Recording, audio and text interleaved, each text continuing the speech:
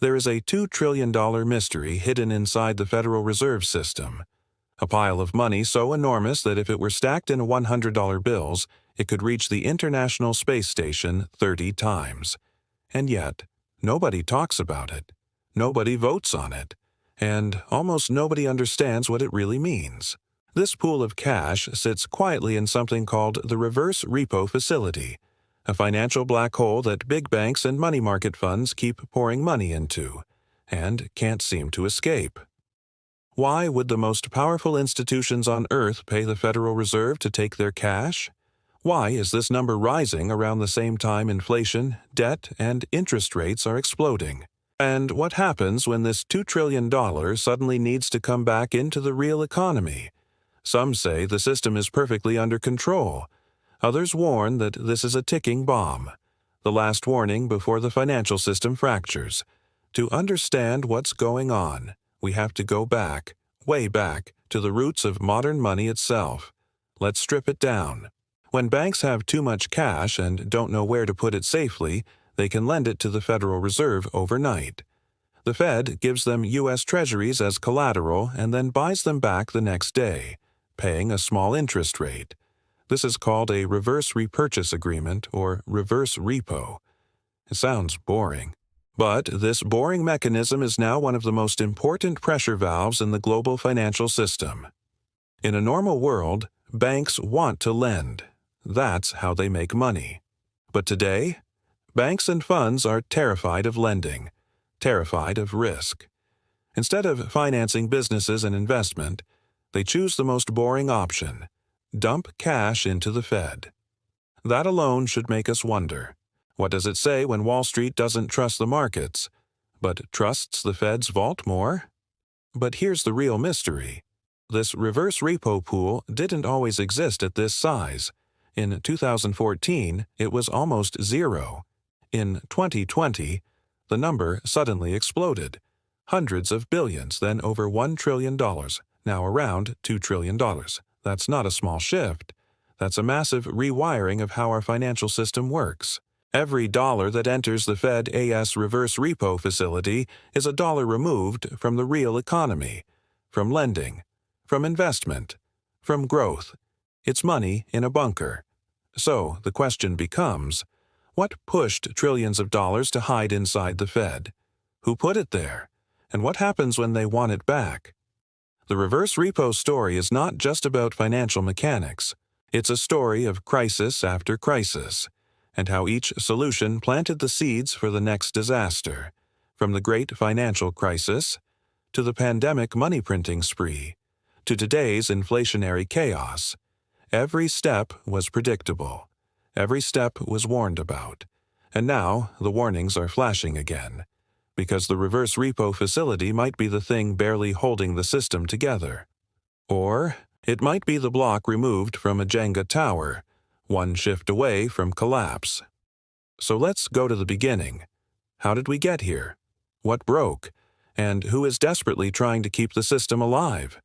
To understand why trillions were sucked into the Federal Reserve's vault after 2020, we need to look at a chain reaction set off by the biggest economic shock in a century. When the pandemic hit, businesses shut their doors, supply chains froze, and fear gripped the markets. Investors didn't want stocks. They didn't want corporate bonds. They didn't even want to lend to perfectly healthy companies. They wanted one thing: safety. And in the modern financial world, safety means U.S. government debt. The Federal Reserve panicked. Rightfully so. The system was breaking. So they unleashed the money flood. Trillions printed. Interest rates cut to zero. Emergency loan programs everywhere, the biggest stimulus checks in history. This wasn't just saving the economy. It was flooring the accelerator while the engine was already overheating. Cash was everywhere. A tidal wave hitting a system that wasn't built to handle that much water. The Fed bought trillions in bonds through quantitative easing. But eventually, banks had more cash than they could legally hold. Regulations said, stop, no more deposits. Money market funds, institutions that managed trillions in short-term cash, faced the same issue. They needed to park cash somewhere, But safe assets were disappearing. Treasury bills were becoming scarce. So they turned to the only institution big enough to swallow that ocean of liquidity, the Federal Reserve Reverse Repo Facility. It was supposed to be a temporary safety valve. Instead, it became a permanent crutch. More cash meant more pressure. More pressure meant more usage of the facility. More usage meant less money flowing into the real economy. The cycle took off, and nobody was driving. But the story doesn't end there, because after 2021, something changed again. Inflation roared back to life, and the Fed slammed its foot on the brakes. For the first time in over a decade, interest rates skyrocketed, from near 0% to over 5% in just months. The fastest rate hike cycle in history. Bond markets in chaos, banks bleeding losses. Suddenly, the safest asset, U.S. Treasuries, didn't feel safe anymore. Their value was collapsing as yields surged. Investors who bought bonds a year earlier were staring at massive, unrealized losses. Fear returned. Bigger this time. Money ran back into the reverse repo facility at record speed. By mid-2022, it broke $2 trillion. This wasn't caution. This was the sound of a financial system hiding from itself. Let's pause here and ask a dangerous question. If the global financial system is healthy, why are its most powerful institutions refusing to participate in it? Here's the darker answer. Banks and funds no longer trust each other. They don't trust the creditworthiness of borrowers. They don't trust the stability of interest rates. They don't trust the future of the economy. So they trust only one thing, the U.S. Federal Reserve. But that creates another massive problem. Every dollar sitting inside the reverse repo facility is basically dead money. Not building factories, not funding innovation, not helping the real economy. It's money locked in a fortress, away from the world that needs it, and like any fortress, it can become a prison. Because one day, this money will leave. One day, those dollars will be released back into the system. And when they do, what happens? Do we get massive inflation again as trillions flood back into markets? Or does the Fed try to stop it, choking the economy and triggering a credit collapse? Either way, the landing looks rough. But before we get to what's coming, we need to understand why this facility exists in the first place. Reverse repos weren't designed to hold trillions. They were designed to solve a much older problem, one that began in 2008. The great financial crisis didn't just break Wall Street. It broke trust. Trust is invisible, but it's the foundation of every financial system.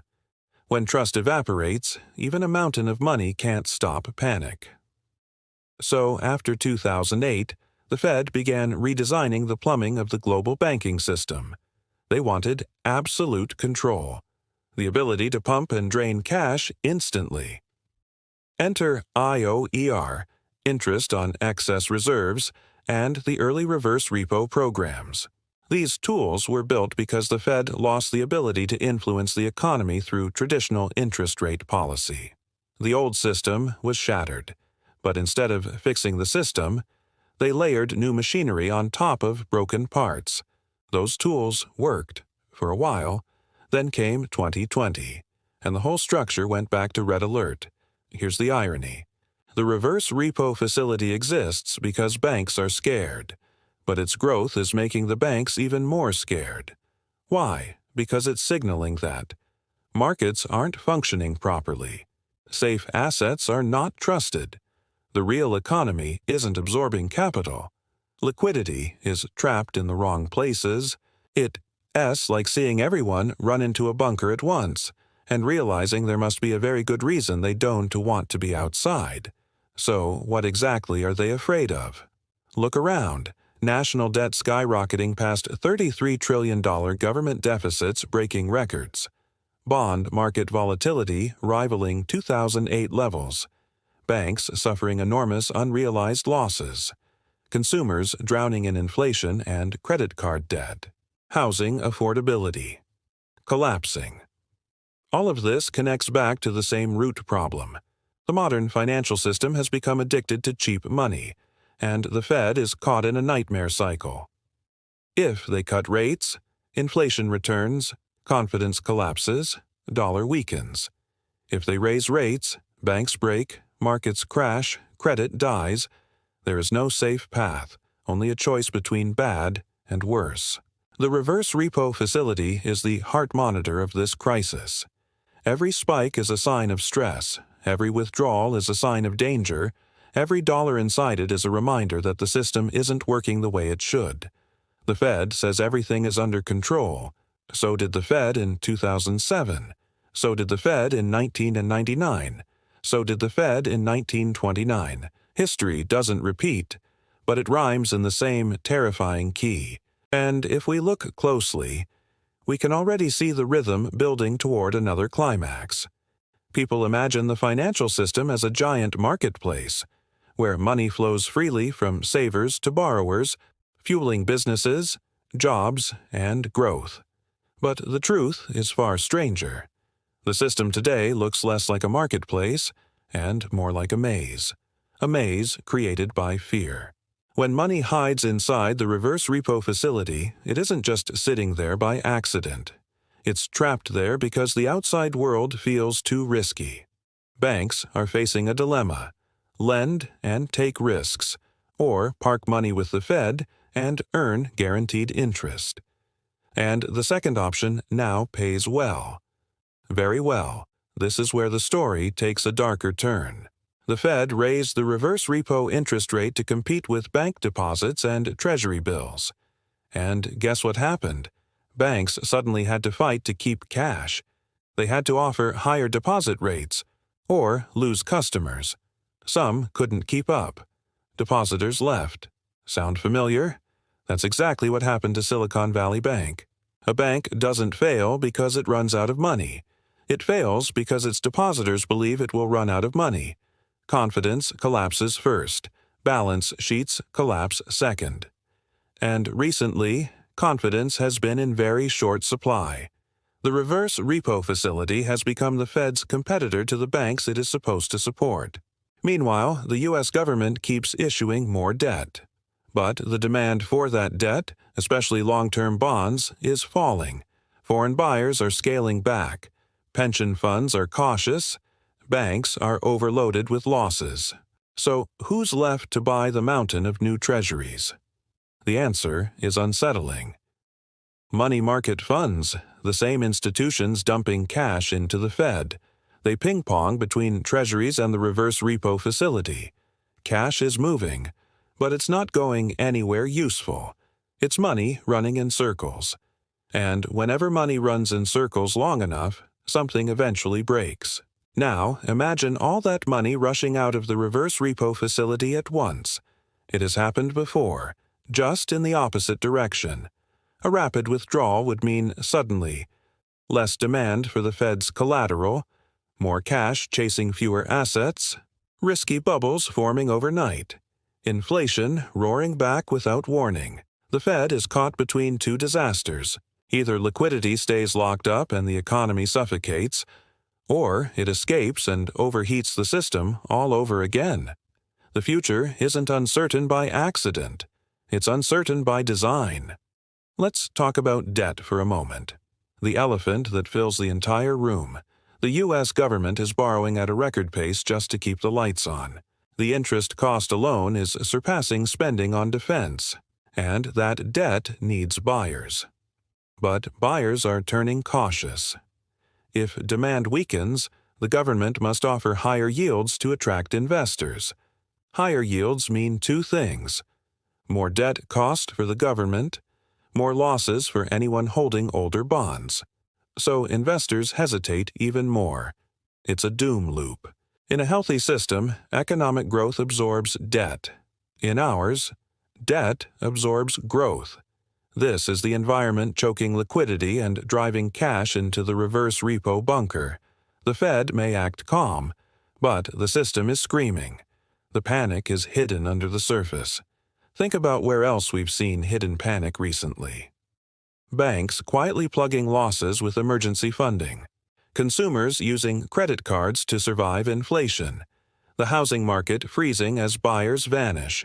Corporations rolling over debt at double the interest cost.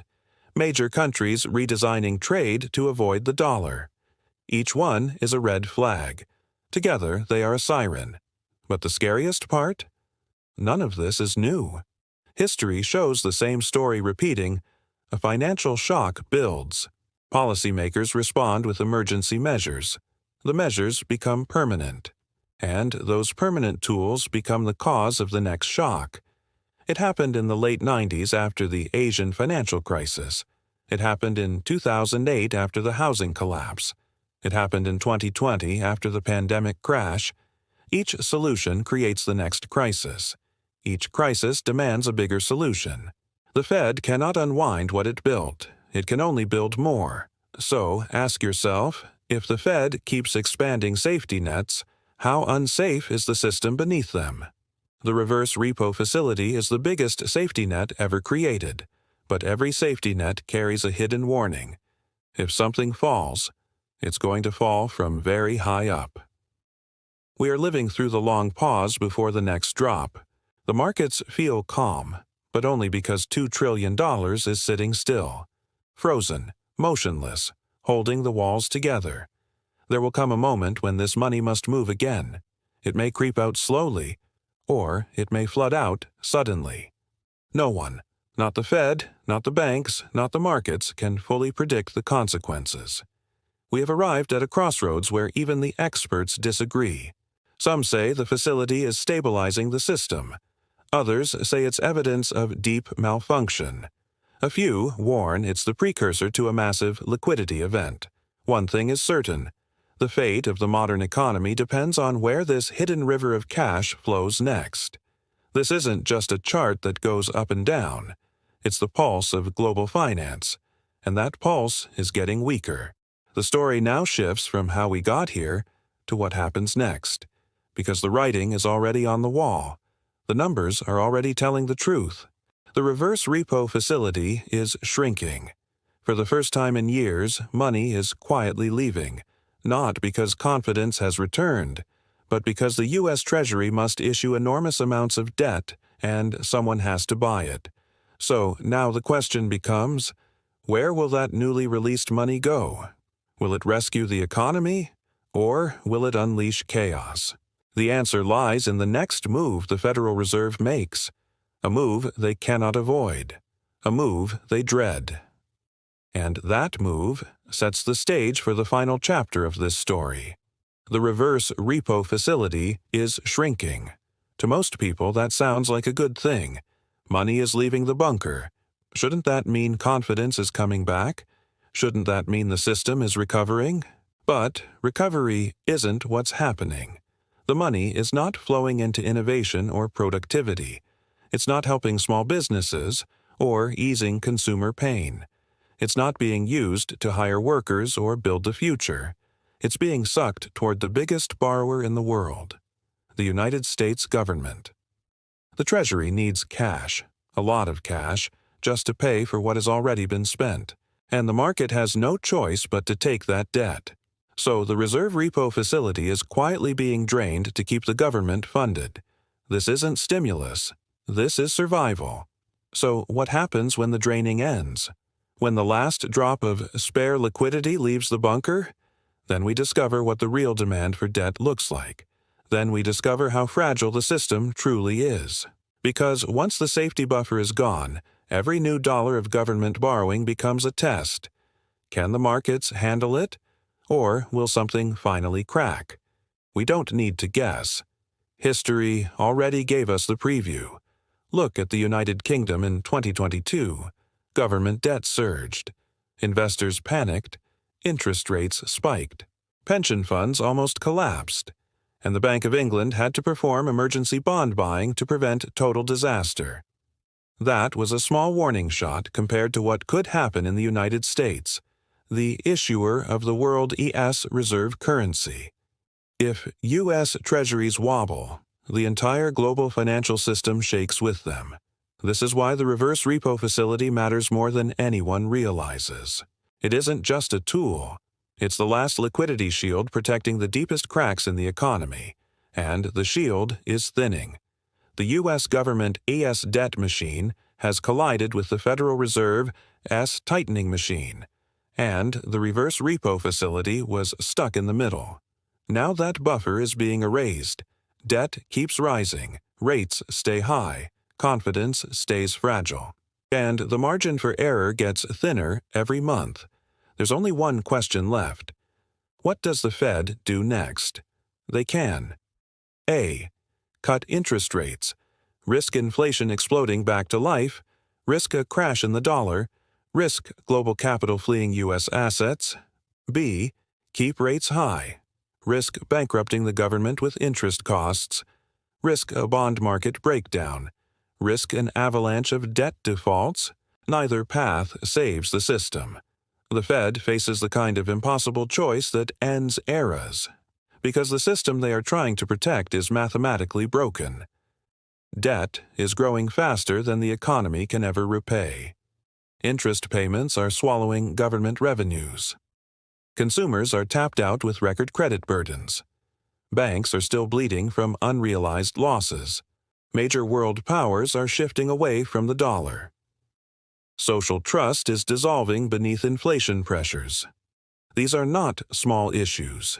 These are the foundational supports of society.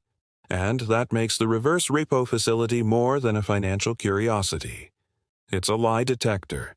When money rushes into it, the system is afraid. When money rushes out of it, the system is desperate. Both directions are warning signs. So what comes next? There are three logical outcomes. 1. Liquidity crisis. If the facility hits zero while debt keeps rising, something will break, likely in the bond market or banking system. 2. Inflation shock. If trillions come pouring out too fast, the economy overheats and prices surge again. 3. Policy panic. The Fed reverses course, printing more money and slashing rates to prevent collapse. All three paths lead to the same destination, a future where the financial system must be restructured once again. This is why the smartest investors aren't watching stock charts right now. They're watching the plumbing. They're watching the flows. They're watching the reverse repo facility like a countdown clock, because behind every major financial disaster, there is a moment when the warning signs were ignored. Before 2008, banks loaded up on toxic mortgages, and no one cared. Before 2000, tech companies printed stock certificates instead of profits, and no one cared. Before 1929, margin debt soared while speculation ran wild, and no one cared. Today, $2 trillion fled the real economy and hid in the Fed ES basement, and almost no one cares. But the end of this story is already written into the numbers. It's only the date that remains unknown. Maybe the system holds a little longer. Maybe the buffer drains slowly. Maybe the Fed pulls another unexpected trick to buy time. Or maybe one day, without warning, confidence snaps, and the reverse repo facility becomes the last place money felt safe before the fall. The most dangerous moment in a financial crisis isn't when things are breaking. It's when they seem fixed, but only because the cracks have been covered. Now that we've pulled back the curtain, let us boil this down to what really matters for viewers. 3 takeaways that will shape the future. Takeaway number 1. The $2 trillion reverse repo stash is not a sign of strength. It's a sign of fear and dysfunction inside the financial system. Takeaway number 2. As that money leaves the facility, the Fed loses its buffer, and the system loses its safety net. Takeaway number 3. The next phase, either a liquidity crisis or inflation shock, will expose how fragile the economy truly is. The reverse repo crisis isn't a theory. It isn't a prediction. It's happening right now. The question is no longer, is something wrong with the system? The question is, how long can we keep hiding the truth? If history teaches one lesson, it's that every financial illusion eventually ends. And when the illusion ends, control ends with it. This is the story nobody understands, but everyone will feel. So stay informed, stay curious, And don't just watch the headlines. Watch the flows. Because the next chapter of global finance won't be written in speeches or press releases. It will be written in the quiet, hidden movements of money, deep inside the Federal Reserve. If you found this breakdown helpful, make sure to like, subscribe, and share this video. There are more hidden forces shaping your money every day, and we're here to decode them. This is The Financial Historian, where the past isn't history, it's a warning.